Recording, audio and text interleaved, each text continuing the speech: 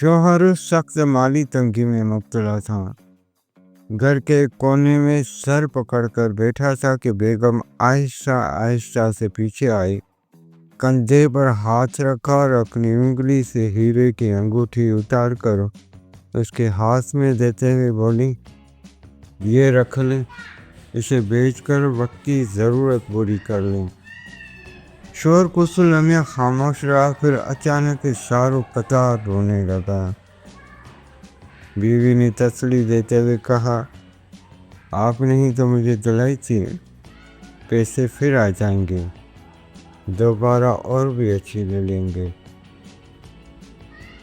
شوہر روتے ہوئے بولا، مجھے تمہاری قربانی پر رونا نہیں آ رہا، رونا تو اس بات کا ہے کہ یہ انگوٹھی اصلی نہیں ہے۔